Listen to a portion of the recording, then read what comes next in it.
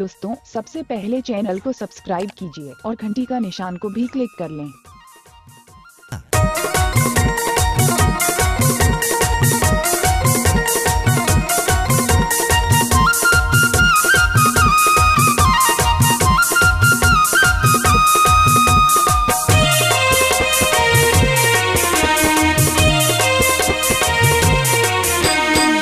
गोरी वो सुन लेना वो चुम्मा देना तय पोटार के।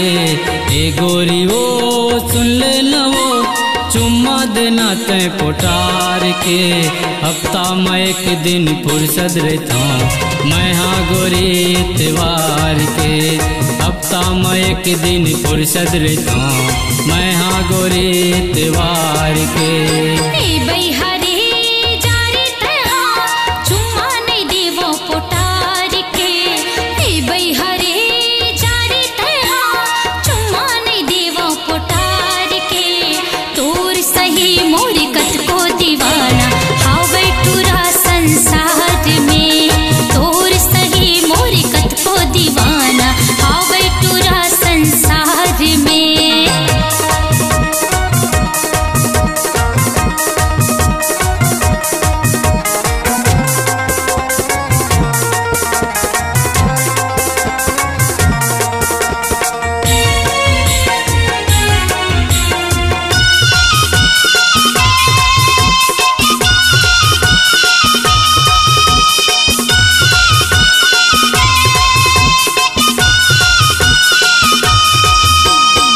तोरे गाल है गोलवा गोलवा नैना है तोर शराबी। तै हमोरे सपना माया थच मन होते मोर बेताबी। तोरे गाल है गोलवा गोलवा नैना है तोर शराबी। तै हमोरे सपना माया थच मन होते मोर बेताबी। तोर बर भारी माया है कहत हूँ मैं ईमान से। तोर बर भारी माया है कहत हूँ मैं ईमान से। हफ्ता में एक दिन फुर्सत रहता मैं हाँ गोरी त्योहार के। हफ्ता में एक दिन फुर्सत रहता मैं हाँ गोरी त्योहार के।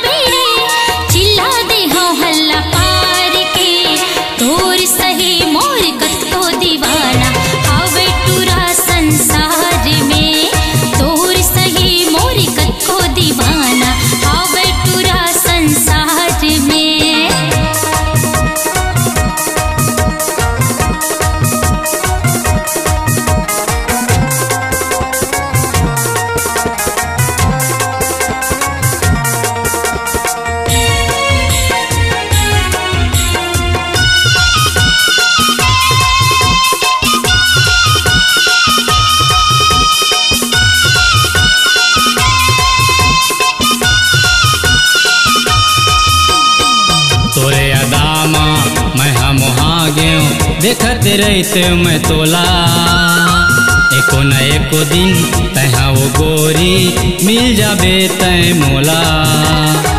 तोरे अदामा मैं हम वहाँ गयो देखत रहते मैं तोला एको न एको दिन तहाँ वो गोरी मिल जाबे तय मोला। तोर काया सनान ल देख के नहीं होवे इंतजार, तोर काया सनान ल देख के नहीं होवे इंतजार। हफ्ता में एक दिन फुर्सत रखा मैं हाँ गोरी इतवार के, हफ्ता में एक दिन फुर्सत रखा मैं हाँ गोरी इतवार के।